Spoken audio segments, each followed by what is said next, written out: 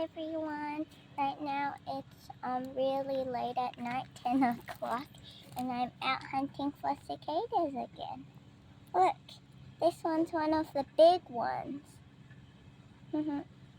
I've seen the shells, but not one that is coming out.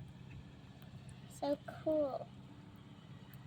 You know what I think? The folded wings look kind of like broccoli. So like when most of the body is out, it will suddenly pump up and then claw at its shell, then drag its butt out.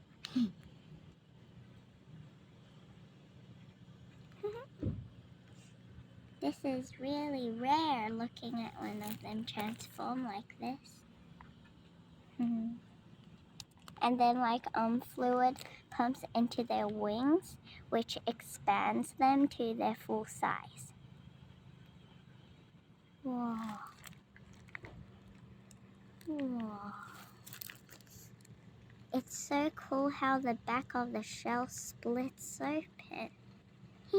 Little claws moving.